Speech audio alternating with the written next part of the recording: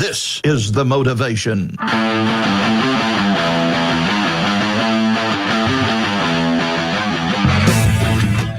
All right, welcome to this week's episode of Jiu-Jitsu's Coast to Coast, the podcast that talks about what's important on and off the mats. I got my boy Fonzo.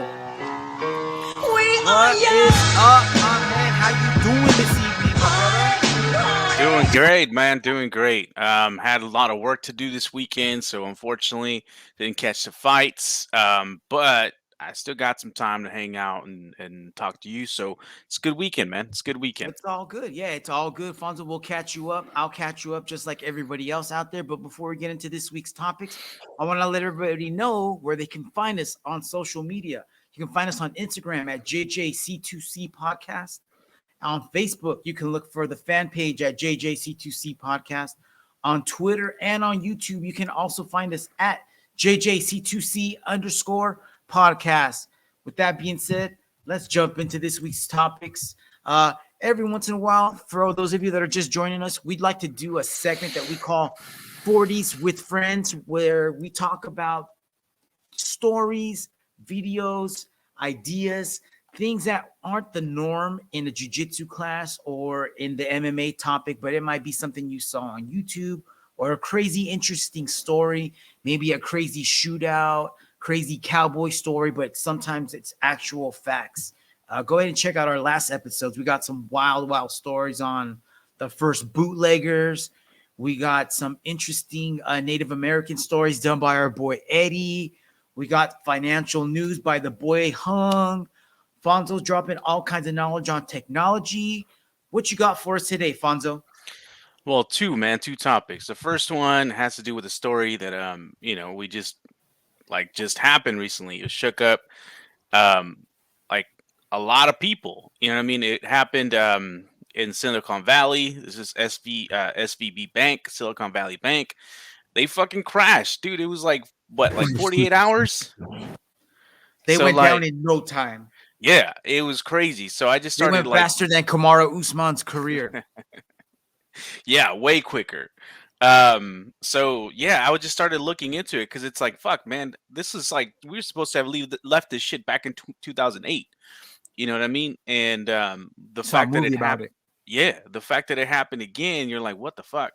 But this is a little weird. I mean, it some of the shit that happened in 2008 happened here too, but it was a little weird because you know what? Like somebody posted a meme about this. It was like an episode of The Simpsons when like Bart and Homer were like at the bank and like fucking Bart just is Bart and he goes around and he goes, "What do you mean the bank is out of money?" And then he just kind of starts making these impressions of people like saying like, "Yeah, the bank is out of money," so people freak the fuck out. Yeah. And then everybody starts pulling their money. And then the bank just like, oh shit, we are out of money. You know what I mean? Like, and this is pretty much what happened in this story. So just to kind of long story short, like an SBB bank is an investment bank. So they're like, and all the money that they get, they invest, not all of it, but vast majority of it. So what they were doing was they were investing in long-term bonds or whatever that, they're pretty good bonds to do. But what ended up happening is they didn't account for interest rates to be so high recently. And then there was these deposits that people started like pulling out money. And then somebody came out and said, hey, you know what? Like SVB Bank is just like, they're not doing so well. Pull your money out. Or like investors, right? They were talking to investors like, don't pull your money out of the bank. Don't invest with them because they're not doing so well right now. And then that caused some people to sell their stock, which eventually people started actually taking their money out, like physical money. The people who had those accounts, they started pulling their money out of there. And then the fucking CEO came out and was like, hey guys, chill out. Like we're just trying to keep our bank afloat. That caused even bigger panic. And then everybody started pulling out their money, and then the whole shit crashed. So it was wild, man. 48 hours. just fucking tanked. And you see that fucking straight drop right there in that little graph that you had. That's pretty much what it looked like. If you go to look at their stock, that's what it looked like. Straight It was nuts. suicide. Yeah. So the shit is that the government had to come in and bail them out, just like they did last time. So people are gonna be fine, companies are gonna be fine. But it's like, dude, seriously, who do you trust? Like, That's the should you government. keep your money in the bank? What do you think, Frank? Pull your money out, hide it on your couch, Put it on your all in bed. potatoes, bro. Potatoes. Potato Worst case sacks. scenario, you got potatoes. You got French fries. What you need to Make French do fries. is get all your money, and you go out there and you find a podcast that you can get behind. A strong podcast led by two guys that put it out there every week, and you just give them all your cash, and then you just let it ride, and Yeah. you turn your back and walk away. Don't ever look back. We'll triple your money, guaranteed. 60% of the time works all the time. Guaranteed. Guaranteed. Yeah, dude. I mean, that dump happened so fast, like from one thing to the next, So it kind of just sounded like they were getting all these people's money. They were doing things with that money that I don't know if they should have or shouldn't have, but I guess that's what banks do, is invest the money to try to make more money. And then when people were like, hey, we heard we should be getting our money back. And then when people wanted their money back, the bank didn't have it. And then all of a sudden, everybody rushed in to get their money. And that's when the bank crashed. Well, the biggest problem happened is because banks will do that. That's what they do with your money. They invest it, right? They just doesn't sit in the vault or whatever. They invest your money. That's how they make money. Yeah. But the problem is that, by federal law, they're required to hold a certain amount of deposits. They can't go over that, right? They have to. They have to keep us, and that's what they went over did. that, right? Yeah. They went over that, so they couldn't cover all the deposits or all the withdrawals that people were making. So they had to sell off their bonds that they had invested in at a loss. So that caused the biggest panic. So it's almost like they got caught with their hand in the jar. Yep, that's exactly what happened. Don't trust China. China is asshole. Don't trust banks either, dog. Yeah. So that's why you have all these laws or whatever, surrounding to protect the banks. Well, to protect people, right? It's not the banks because they're I know to make money. Yeah, but so anyways, yeah. So that's crazy, man, and that just kind of goes to show you how fragile the financial system is. You know what I mean? Like, it just, from one day to the next, it could just crash. So, like, money's is an illusion. You know what I mean? We gotta switch over to crypto. Yeah, exactly. Something you can believe in, something you can hold. Dogecoin to the moon. Still holding, by the way. Anybody who's wondering. We'll tune in next week, see where it's at. So out there, if you got your money in the bank, it's cool. There's a thing called the FDIC that insures your money up to $250,000. So if you have less than $250,000, you should be cool. Yeah, don't go over. Yeah. If you gotta go over, be like Giannis Ayukempo of the Milwaukee Bucks, who put in exactly $250K in like 20 different bank accounts so that it would remain insured. And then he bought a Subway, and then he bought 10 Subways to make sure he would stay. All right. Next story, Fonzo. All right. The next one is about Chat GPT. And I know we talked about this before, but there's an update. I don't know if you saw it. I love Chat GPT, bro. It's my new best personal assistant that I never knew I needed. That was been there this entire time. So that's kind of what I wanted to talk about, because ever since we mentioned it, I've been kind of messing around with it here and there, not too much, but it's gotten smarter. That's the one thing I wanted to talk about right now too. So this is like the new updated version that they released. Hey, can I ask you something real quick? Yeah. Is the updated, so I in the past, it's been the only limitation that I found is that when you ask it anything time related, it's limited up to a certain time. And I think the time was like 2021. sometime in that year. And if you're asking it to ask you something after that, it won't have a response. Did they update that? You know? No, I don't think so because I've been messing around with it today, and that's exactly what happened. So Okay. here's so I asked it a question earlier, and I said, okay, so the cool thing about it, about Chat GPT is that you can like kind of set parameters as to what you're looking for, right, in the conversation. So my parameter was you're an MMA analyst, right? Yes. And then I asked the question, how did you score the fight last night between Kamaru Usman and Leon Edwards?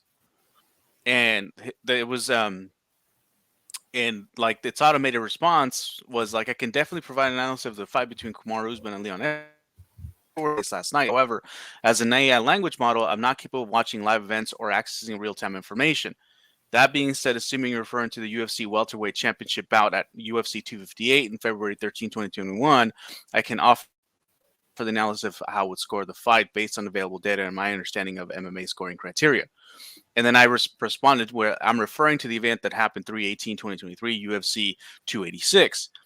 And then it said, I apologize for the confusion. As an AI model, I do not have the ability to access real-time information or events that have not occurred yet. Therefore, I'm unable to provide analysis for the fight that happened March 18, 2023, as it is beyond my cutoff date, beyond my knowledge cutoff date of September 2021. So that's still, yeah, it's still part of its parameters. So it hasn't been updated, not that part. But the way that it understands language and the way it understands and processes information is a lot cleaner, I would say. It's Yes. like it's more human-like and smarter. So, Yes. for example, they said that they're in their last version, the Chat GPT bot was able would probably have a 10% success rate in passing the bar exam for lawyers, and this one has a 90% chance of passing the Dang. bar. Yeah, so that's fucking crazy. So with that said, like I want to hear how you've been using it because I can tell you a couple ways that I started using it. But go ahead. Well, I've been using it to create auto responses to certain prompts or things that I'm supposed to do for work. So it's been taking care of that. I mean, you can't just be like, hey, my boss wants me to write a report on the 19, whatever, blah, blah, blah. You know what I mean? You can put it in and it's going to give you something, but you got to go over what it's giving you to make sure that it's not adding any BS. Because I would say, from what I've seen, it's probably like 90 to 95% spot on. And there's like a 5% window of errors or misspellings or whatever editing that you need to do to take care of to make it sound like it's human, because sometimes it does come out a little robotic like. Yeah. But other than that, it's pretty good. Like you said, you know what I mean? If you put in the more precise, the more exact you can be on your prompt, the better a response you're going to be. I mean, you can be like, hey, give me a diet plan for someone who's trying to lose weight, and it'll give you something. But if you said, give me a diet plan for someone who's trying to lose weight, and you're a dietitian that specializes in exercise, mental health, diet, and weight loss, and it'll answer as if it's an expert in those specific fields, and then it'll answer your question. Does that make sense? Right. So it's kind of like you can ask Joe Rogan a question and he's going to give you an answer back, or you can ask the person that's a professional in the field that you're asking about, and then you can get your response. What would you rather have? The homie answer or the pro answer? Yeah, true. Yeah, and that's what's cool about it. The other thing too that I've been kind of like just looking at what other people have done with and how they use Chat GPT. And one of the coolest things is like, you know how we used to, like, you Google shit, right? Like you want to find a quick answer to something, you just Google it. But sometimes, Google doesn't give you the answer right away. Instead, it just gives you 2 different web pages that you have to kind of look for before you find the answer. True. Well, ChatGPT will just give you the answer. You know what I mean? So one of the things that I did recently is like, look, I'm looking for a new chair, right? I'm gonna start working from home pretty soon, and I need a new chair because the chair that I use it's kind of crappy, and I don't, you know what I mean? Like I'm not gonna be okay sitting in this chair for fucking hours and shit. So I went to Chat GPT and I put in a prompt, and I said, "You're an ergonomics expert. Please help me pick out an office chair for under $200." Right, and it just give me this list of things that I should be looking for in a chair, and it also gave me like 3 different chairs that I can look at that are on sale, right? For those price points and that hit each one of those parameters that it told me about, which is fucking dope. So I just go look it up and then I can pick whichever chair I want. You know what I mean? So it can help you make decisions like that when you don't really know too much about something that you're trying to buy. Why are you looking at that chair though, dude? You mind your business, fool. You got to mind your business. That's weird. That's a weird office chair, Fonzo. All right. You don't know what kind of work I do. I don't. Obviously, I've been asking the wrong questions.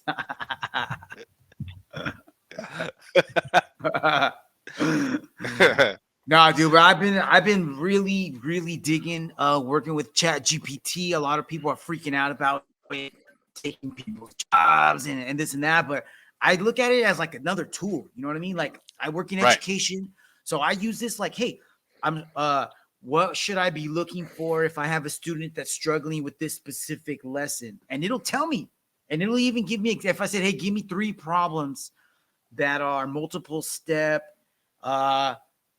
essay version of this type of question, it'll come up with it. So it's pretty cool. It's pretty cool. You got to learn to use it to your advantage, because you could use this to do something for basically everything in your life. Teach you how to cook, teach you how to fix your car, teach you how to, exercise, teach you whatever, you know what I mean? Whatever you can think of, this is it to the next level. You know what I mean? This is Google times 1,000, like we said before. Yeah, for sure. So there's so many applications, man, and we've only been scratching the surface. Obviously, like most people will use it as a toy, but it's gonna be a powerful tool, man. So I'm excited to see what it does, and I was just excited that they released the updated version of it recently. So I'm definitely gonna be like checking. Yeah, I'm definitely gonna check out more of the like the functionality of it, and what we can do with it. So that's why I kind of like talking about it, so I can see how other people are using it that might be helpful for me. So that's cool. So out there, if you guys use it or have been thinking about it, go and check it out and let us know how you use it, so that way we can all kind of learn from it and see if we can do better. Yeah, see what's up. We're all gonna learn together. Dope. All right, Fonzo, you ready to get in some MMA BJJ news, my brother? All right, let's see what's going on. All right, let's do it. Let's get into it. I don't have any 40s with friends stories for the week, but I do got some jiu-jitsu and MMA news. So let's go. All right, last week we talked about USADA coming out with a report saying that there were, count them, five high-level BJJ black belts that had tested positive for banned substances. Right. Well, Cousin Ant heard that there was a possible 6th person, and I didn't hear anything about it. And I'm like looking through the forums on Reddit, all the BJJ forums, like freaking a private eye being paid by the second, bro. Like I'm getting paid to do it, and I'm finding nothing. So I didn't think anything of it. But come to find out, I found a story this week, and it sounded like Cousin Ant was true. And the 6th person that is being rumored to have tested positive for banned substances is none other than current black belt phenom Mika Galvao. Mika Galvao just won World Jiu-Jitsu Championships last year. He was the youngest person to ever pull that off. came out like a bat out of hell. You know, he's been building a name for himself ever since he was like, I don't know, 14, 15 years old, when he was just an orange belt, tapping out black belts, allegedly. Actually, not even allegedly, because there's a lot of video of it, but who knows what type of black belts they were. But the rumor is that he tested positive, and the reason why it hasn't been made official is because USADA's got a rule that if you tested positive and you're fighting it, they can't make it anything official until all that's been done, all the legal work has been done and is officially. So he's apparently fighting it, and until that's said and done, he's not technically suspended. However, he's not competing in any IBJJF competition. So just like we said last week, this only pertains to IBJJF and nothing else. So I think like 2 weeks ago, he participated in some lower level jiu-jitsu tournament, blew the doors off of the tournament, submitted everybody. But that same week, in the town close by where he was at, there was an IBJJF tournament that he could have entered, and he didn't. Also, at the beginning of the year was one of the IBJJF's big tournaments of the year, which was the Euros, which is if you're a black belt and you're trying to make a name for yourself and you're trying to go out there and win the Triple Crown, trying to win gold at the highest level, at the best, at the tournament where the best competitors are going to be at, you're going to try to make a statement at Euros, Pan Ams, and IBJJF Worlds. And he's already missed Euros. We got Pan Ams next week, and he is not on the sign-up list, even though his homies from the same team are.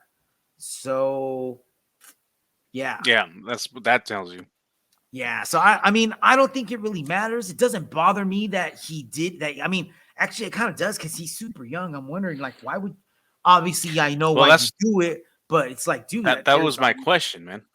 What's your question, bro? Well, why would he? I mean, he's so young. He's coming up. Like, he's got this fucking energy. Unless he feels like he just can't keep up. But you know what I mean? Like, what is a drug. I think that we kind of mentioned this last week when we said if the juice is worth the squeeze, people are going to do it every time. You know? Yeah, but and we also mentioned this before when we said, you know, when skill level is equal, whoever is stronger is going to win. And if you got skill comparable to everybody else in the field, but you got a little more strength, that's going to do wonders for you, man. I'm sorry to say, but it always does. It always will. You know, if you have skill and you're going up against someone who has no skill, but they got size, you might be able to overtake them. Pretty sure. But if they have size and skill and all you have is skill, you better buckle up, bro, because you're in for a long ride. You know what I mean? Right. But but just because you have the muscle doesn't mean that you're going to be a badass. I mean, look at Gordon. Gordon, like we mentioned it before, he's juiced to the max, but he not only does he have the skill and the size, he also has the gas tank and the brains to go behind it. Because you can be a silverback on the mats, but if you don't know how to use it, you're going to gas out in 20, 30 seconds. And then they're just going to take your back and it's game over. And we've seen it in the cage. We've seen it in the ring. We've seen it on the mats time and time again. You know, you got to have the brains to go along with the brawn. So it sucks to hear. Looks like we're not going to be seeing him in IBJJF for a while, but that doesn't mean we're not going to see him in other tournaments. So, which may be the reason why he's been trying to get a who's number one gi match against Tynan Dobra just to keep himself relevant in the gi scene. So, yeah, it is what it is. It's part of the game. We'll probably forget about it by the time the real results come out. We'll already forgot about it, and we'll be thinking about something else, and this will get swept under the rug. Right. Yeah. All right, Fonzo. Let's switch gears here. MMA news. I don't remember if we talked about this. We may have said this last week. Arman Sarukian, one of my up-and-coming favorite fighters, made a major announcement on Instagram and Twitter saying that he had a fight announced for April 29th. We checked on UFC's website. There wasn't an event scheduled at the time. nor was there any announcement about who he might be fighting. But a few days ago, this announcement dropped, and it looks like the main event is going to be Arman and Renato Moicano. Dude, what do you think about this matchup, dude?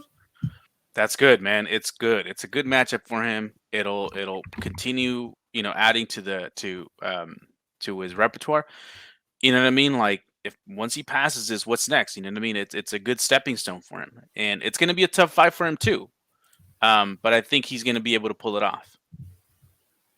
Yeah, I think so. I'm looking at the rankings right now. Arman's ranked number 8. Renato's ranked number 13. So this isn't really going to do too much for him as far as the rankings go. But this will be a good feather in his cap, like you said. This is going to prove a lot. This is going to pad his resume up. Hopefully he doesn't come out with an injury in here. I hate to see this happen to Renato because he's such a tough fighter. But at this point in his career, I think he's kind of like what do you call it? A gatekeeper. I hate to say that. It sounds super disrespectful. But if he can put on a good show against Renato, then I think this is going to propel him forward, even though this isn't a big jump in the rankings for him. And it's going to move him forward in the rankings. After this, I see a top 5 fight for him for sure. Yeah. Because like I said, right now he's at number 8. Gamrot, maybe a rematch with Gamrot after this. Who knows? I think that's the only thing because let's look who's ranked above him. Matthias at number 7. Rafael Fiziev, who just fought last night. We'll talk about that in a little bit. Michael Chandler, who's supposed to fight Connor. We'll talk about that later. Benio, who's got to fight against Charlie Oliveira in a little bit. Justin Gaethje, who just fought. And then Dustin Poirier, who doesn't have a fight, and neither does Islam. So Islam, Dustin, and Gamrot. Those are his 3 options for people who don't have fights right now. Who would you like to see him fight next, Fonzo? Gamrot would be good. I don't know. I mean, Fiziev might be all right because he probably fell a little bit in his ranking.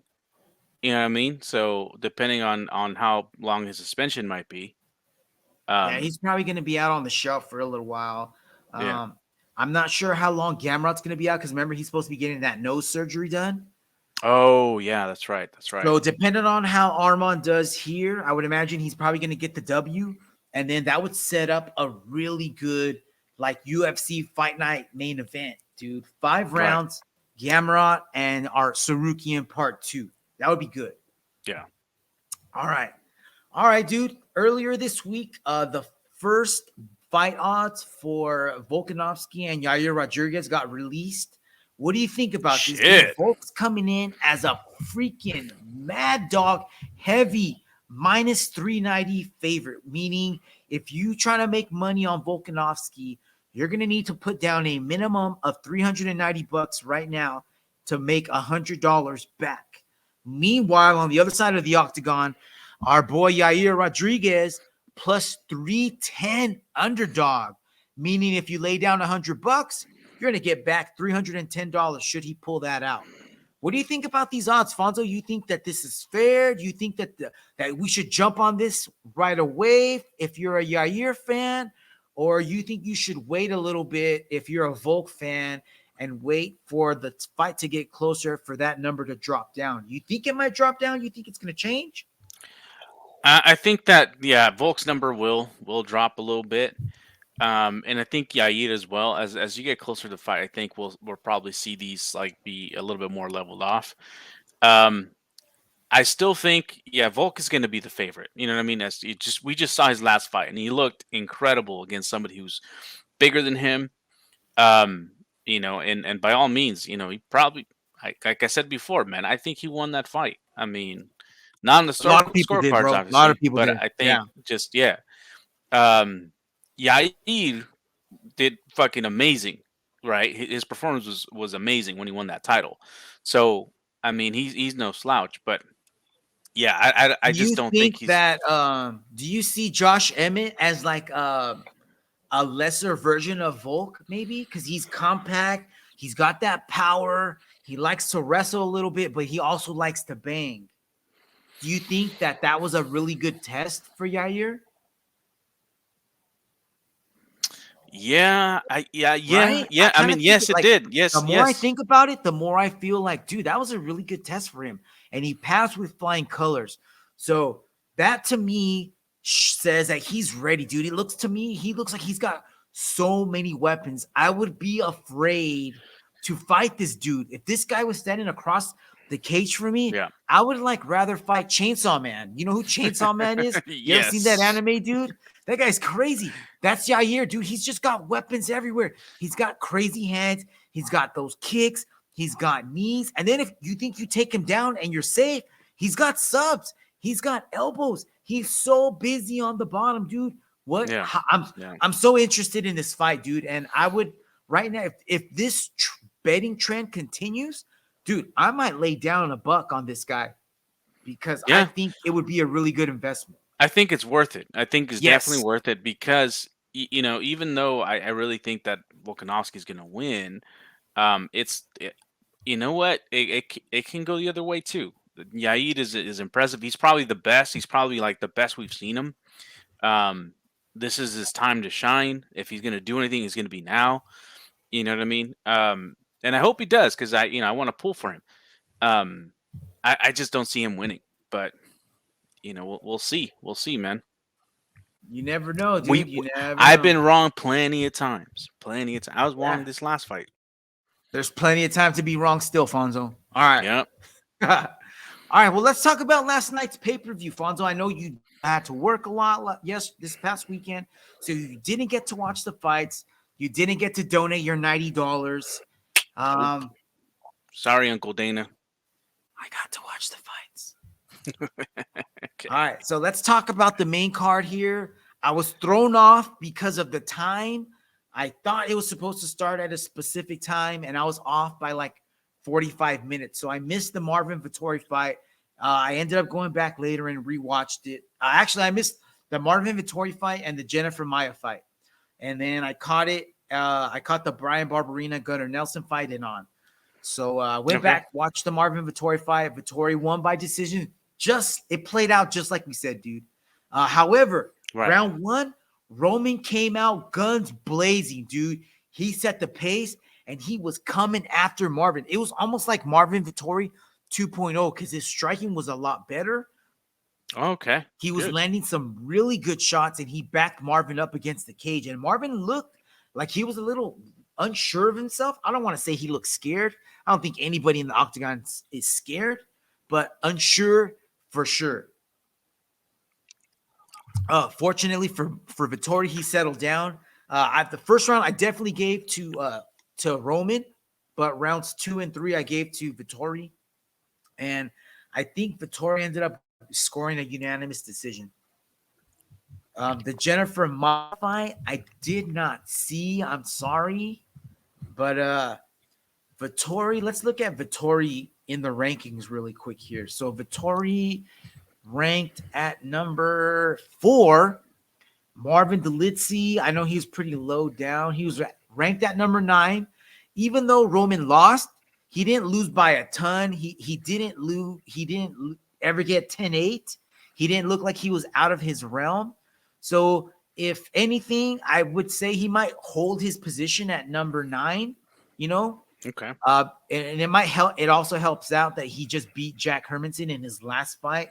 So it would be really weird for him to drop below that, possibly, you know.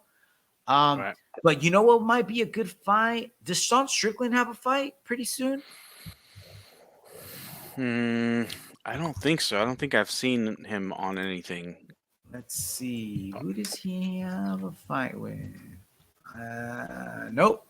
He does not have a fight at the moment. So in the rankings, we're looking at Roman Delizzi at number 9. Above him, Derek Brunson lost.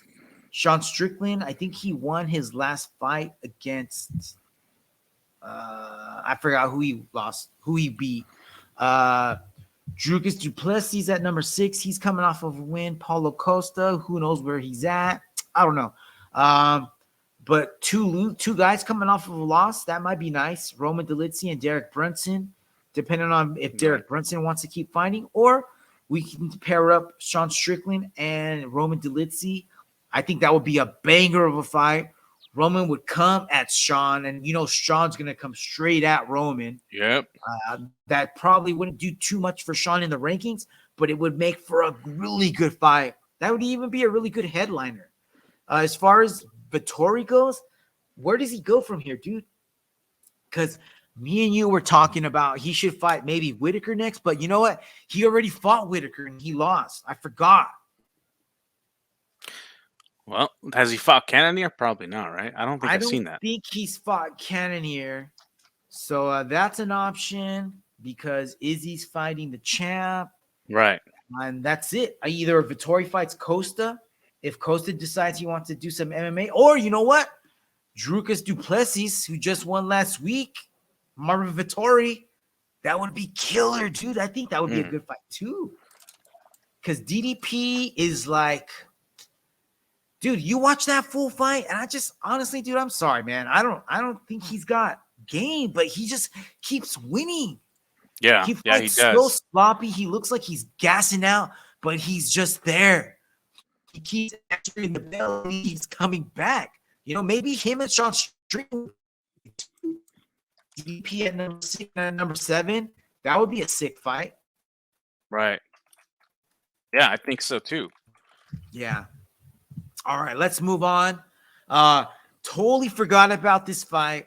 Unspoken fighter. I think a lot of people forgot about him.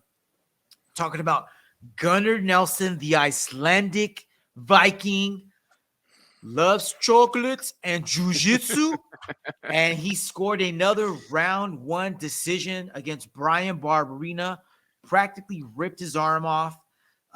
He looked good, dude. This was a good tune-up fight for him. I'm glad to see him back in. And when's the last time he fought? Ooh, good question. Let me look that up. Because yeah, you're right. It's been a while. I did forget about him. So Gunnar's last fight in the UFC was back in it was last year.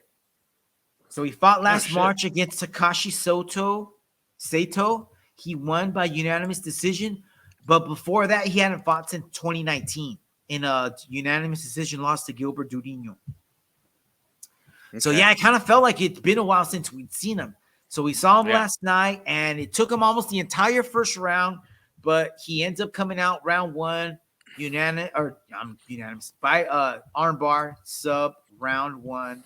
Let's look at him now. So he hasn't fought in a while, even though he won last year. That was against an unranked opponent. He's not in the rankings. What do you think, dude? Brian Barberena was not ranked either. He's not in the top 15 at least. Looking at the top 15, Michelle Pereira at 15, your boy JDM at 14, Michael Chiesa at 13, Neil Magny at 12, Jorge Masvidal at 11, and Vicente Luque at 10. What do you think about a JDM Gunnar Nelson matchup? Because your boy don't have a fight right now. Yeah, that'd be a good one. Yeah, I'd like to see Michelle Pereira would be fine too. Michael Chiesa, any of those guys. Or you know what? I think a Neil Magny fight would be good, dude. Magny's also a super high level, well-known gatekeeper. If he can beat him, that puts him in a spot where he's at the entryway to get into the top 10 at least. Right. And if he puts on a dominant performance, he might even break into the top 10. Yeah, true. Yeah, so I you know us, dude. I love jiu-jitsu. We love jiu-jitsu here. So we are biased, like Bisbee. We'll talk about that later. But I love seeing grapplers in the UFC. I love seeing them use jiu-jitsu to prove that it's better than everything else. So I was glad that he used his jiu-jitsu last night. I'm glad he didn't take a lot of damage. I'm glad he didn't try to stand and bang. He closed the gap really close. He worked it. I think he got a single leg and then just ended up taking him down from there and just worked his way up until eventually he was able to get the armbar. Nice. Yeah, dude. Co-main event. If you're able to watch this fight somehow, some way, go watch this fight. This is my early vote for fight of the year. I think. Really? Dude. Yes, dude. This is giving me Arman Sarukian, Matthias Gamrot vibes. but in the striking realm, because this was absolute chaos, dude. It was war at its finest. We're talking Rafael Fiziev taking on Justin Gaethje. It was 3 rounds of a slugfest, dude. Just body shots, kicks, punches, headshots. Dude, both of these guys had an agenda and they were both sticking to it. Rafael was like, bro, I'm going to wear him down with body shots, because when you would look at the stats, that's where all of his shots were concentrating. He was concentrating on body kicks, body shots, lower leg kicks, whereas Justin was just going, yo, bro, I only collect bodies, yo. That's all I'm here for. Pure fucking headshots. What a stupid son of a bitch. And you know what? It was typical Justin Gaethje, dude. People forgot who this fool was, and he came back and put a statement down because he put a whooping on this. Y'all know me. I would say that Rafael probably won the first round. He came out guns blazing, pieced up Gaethje. Gaethje left round 1 with red welts all over his body because he was taking a lot of shots. But in round 2, he buckled down, bit down on that mouthpiece, and just started doing them typical Gaethje looping headshots, getting in that pocket, throwing shots, throwing crazy leg kicks. And over time, Rafael just could not take it. And he ended up winning a unanimous decision, dude. There was one shot. I don't know if it was in the second round or the third round. I'm sure you'll see it on social media sometime this week. But Justin landed the sickest uppercut where he just threw like all his weight into this right hand, and it caught Rafael right under his chin, dude. And you just see this crazy snot rocket fly out of Rafael's nose and into like the third row, probably. Who knows where it went? But dude, check out this picture that I found. Look at this. Holy shit. Yeah, he got effed up, dude. Coming into the fight, like you know how the ref calls him in and they stare each other down. Rafael already had a black eye. What? Yeah, so he had a shiner under his eye. You know, who knows how long ago that would have been sustained. It would be really dumb of him to probably be doing any type of fighting this week. So maybe it was something from last week. Who knows? But he did have a little mouse, and that's where that major cut ended up coming from on that's the same side where he had it. So Justin just added more pressure to it, dude. Yeah. But it was a vicious fight. Great fight. Like I said, fight of the night contender for me, if you ask me already. Very happy with that fight. If you're asking me what fight do you need to go watch, I would say go watch that one. As far as what's next, what do you think should be next for Justin, dude? My pick was Rafael, and one of the reasons why I was going for him was just because I really wanted to see some new blood being injected into the top 5 in this division. But hey, if he's gonna keep fighting like that, dude, he's not done. He's here for more. What do you think's next for him, dude? He can't fight Benny. He can't fight Charlie. You know, a rematch against Dustin, or should he just go straight up after Islam? You're talking about Fasiv? No, I'm talking about Justin. Oh, Justin. Yeah, I think he goes. Yeah, he should go after title shot. You know what I mean? Whoever after this, because Charlie Alves is fighting. He's fighting Benny. Islam, right? No, he's fighting Benny. Remember? Okay. Yeah, that's right, Benny. Yeah. So, I mean, let him do that. Either a rematch against Dustin, or he goes against Islam, or hey, fuck it, he takes on maybe the winner of Matthias and Arman. That too. You know, that could be something set up for down the line. But he proved he's still not done. He said he's got a couple more fights left in him. So the way he was talking in the post-fight interview made it kind of sound like he's getting towards the end of his career. So I don't know if he's thinking, hey, I still want to make a run at the title, or he's thinking, I want to make as much money as I can. You know, he's always chirping at Conor. And if Conor can beat Chandler, maybe that sets up a fight with him later on down the line. I don't know. Yeah, that could. All right. Although, Oh, go for it, Fonz. What were you going to say? I was just gonna ask, what do you think about Faseem though? Where does that stand after this loss? I mean, because he was part of a good fight. You know what I mean? So, Dude, good question, man. He's super young. I don't know. Let me see how old he is. do you think it was enough for him to go down in the rankings, or is this like no, he's still cool Let's because see. he put on a He's good at show? he's ranked at number 6, right? So who's Yeah. below him? Matthias Armand. Nah, you know what? It's really hard for me to say that he should drop just because he put on such a really good performance, and the guys below him haven't fought anybody at the level that he has. You know, he just went 3 rounds with Justin. I don't think it would be fair for Gamrot to jump him or Armand to jump him when Armand just fought. Who did he fight? I forgot who he just fought, but it wasn't someone in the top 15. And then Matthias just fought Jalen Turner, who was ranked number 10, but still that's not enough to make them jump in the rankings. So I would probably leave Rafael at number 6, but I would pair him up with somebody he should go up. You know what? He should go up against either Gamrot or Sarukian. And whoever wins moves up in the ranking, either gets that spot. Because all 3 of those guys, that's all new blood. They're going to be around for a while. They're all super technical. That's a typical striker grappler matchup. You know, Fazeev did stuff a few of Justin's takedowns. Justin did land a couple, so that was surprising to see.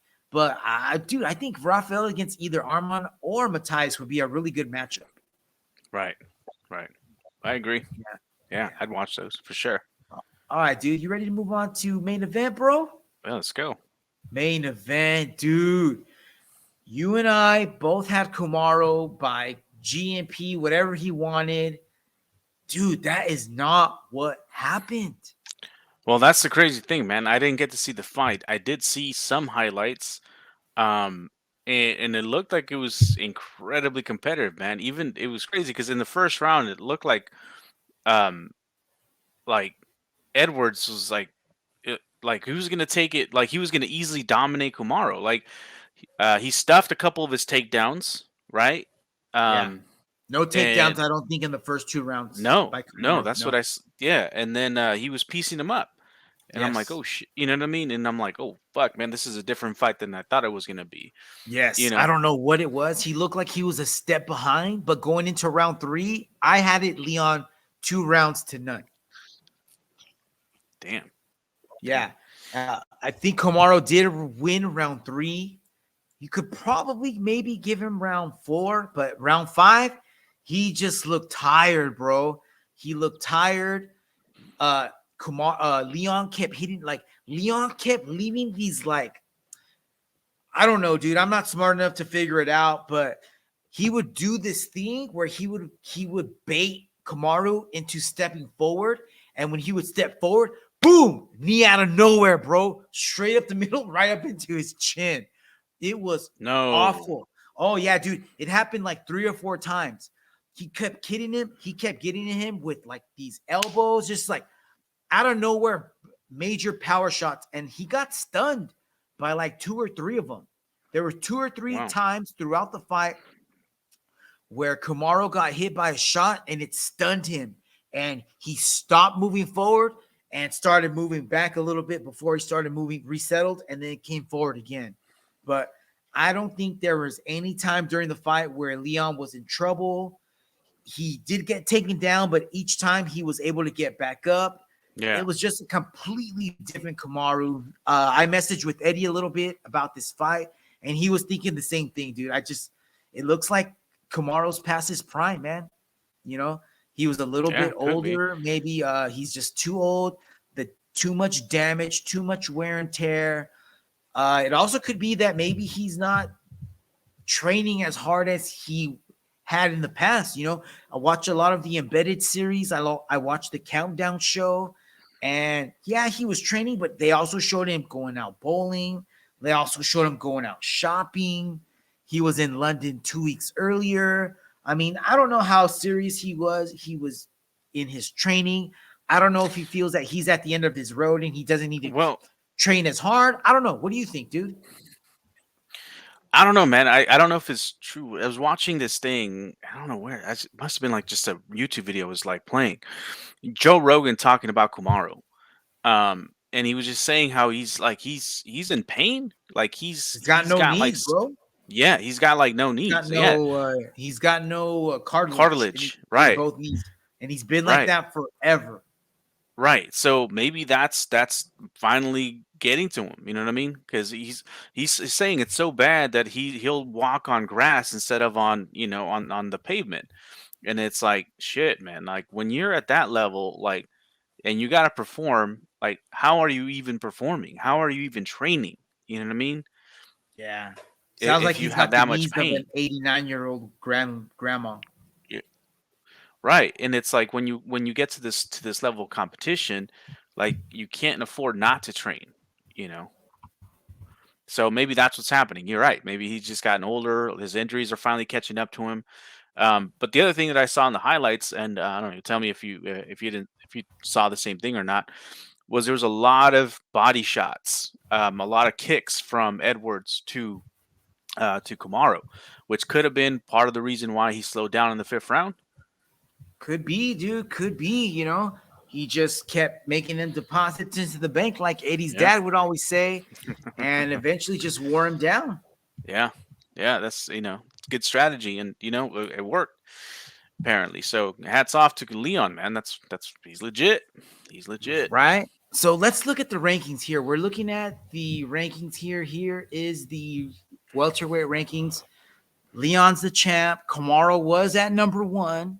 Now he's gonna. I mean, does he drop? I mean, Colby was there for the backup. What the shit is? How is that possible, dude? That is so. And he got 25. He got 25 grand for that shit just for being a backup. Bullshit, dude. Why didn't they do that for Bilal? Yeah, I feel Bilal should have been the backup, bro. That's kind of fucked up, but whatever. You know, Cosmo looks like it sounds like he's moving up to 185, so we might as well throw him out of the 170 rankings. Let's look at top 5. Gilbert's fighting Jorge. Bilal at number 4. Cosmat's gone. Colby at number 2. What should Kamaru do? Should he fight Colby, or should he fight the winner of Gilbert and Jorge, or should he fight Bilal? Because last night you sent me a text, and it looks like Dana is thinking he wants to make this fight, which is danger. This is so good. I'm down for this. Bilal versus Shavkat Rakhmonov in works for UFC 286. Let's fucking go, bro. What do you think about this? That'd be dope. I'd want to see that fight for sure. And as far as the Leon Edwards fight, I'm sorry, not UFC 286, but they made the announcement during UFC 286. So what do you think, dude? I'm sorry. No, it's cool. Like I definitely want to see this. This is a fight I definitely want to see, and I don't think any other fight between other fighters except for these two should happen. I don't think Bilal should fight anybody else except for Shavkat. That is my dream match right now. And as far as the Leon Edwards fight, I think he should fight Colby, man. I think Colby earned another shot at the title. And that'd be an interesting fight to watch too. Can I ask you why you think Colby earned a shot at the title? Well, I mean, because he got sucker punched by Jorge. So Leon said in the post-fight interview that he wants to wait and see what happens between Jorge and Gilbert. And if Jorge wins, he wants Jorge. I would love to see that fight just because it's got a really great story. But is it going to answer any other questions? No, dude. That's a WWE fight. That's just a fucking World Star hip hop and remake. It's not going to answer anything. It's a BMF title bullshit. For sure. And hearing Leon say that, to me, that just proves that he doesn't want to defend the title. He does not want to fight anybody in the top 5. He's scared shitless because even if he fights Colby, I think he loses. I mean, does he? If he fights Colby, he loses. If Kazmat stays in 170, he loses. If he fights Bilal, he loses. If he fights Gilbert, he loses. If he fights Shavkat, he probably loses. What do you think, dude? Yeah, but that's the whole point. Then that's what I was saying, man. I think I want to watch Colby take on Leon. You know how much trouble Colby had with Usman, um, and I don't see him having that much trouble with Leon. And as much as I dislike Colby and I won't root for him, I think you know what, like, hey man, you've been at this position for a while. It's time for you to claim that strap. You know what I mean? And he should. He should. You should go for it. I mean, he's sometimes the most exciting fight isn't the one that happens with the rankings, and most of the time Dana White won't give you that. You know what I mean? Like, but I think this is one of the cases where I would make hey, go with the rankings, dude. You got Colby. Yeah, give him the shot. And then I just want to see this kind of just this division get mixed up a little bit. Kamzat is not going to be there for a while. I would have loved to have seen him to see what he did. He probably would have claimed the title. You know what I mean? But you're right. I don't think he's going to stay in this division. Yeah, I don't think so either, man. It'd make for some great fights, but there's some great fights for him at 185. But yeah, man. So it's unfortunate what happened last night. I was pulling for Kamaru, but hey, I'm super pumped for Leon. There's some good matchups for him. I think he's going to get his ass kicked and lose the strap in his next title defense. But hey, it is what it is. And it's his moment. It is. Enjoy it, my brother. Enjoy it. All right, Fonzo. Well, that was the last story for us, my man. Anything else you want to mention before we wrap this episode up? Oh man, can't wait for the next fights. Hopefully, I'll get to watch him this next time. And we'll make some picks before those fights happen for sure. Heck yeah. Let's see if we can get some people out there to share their picks with us, and then we all just see how we all do together. Sure.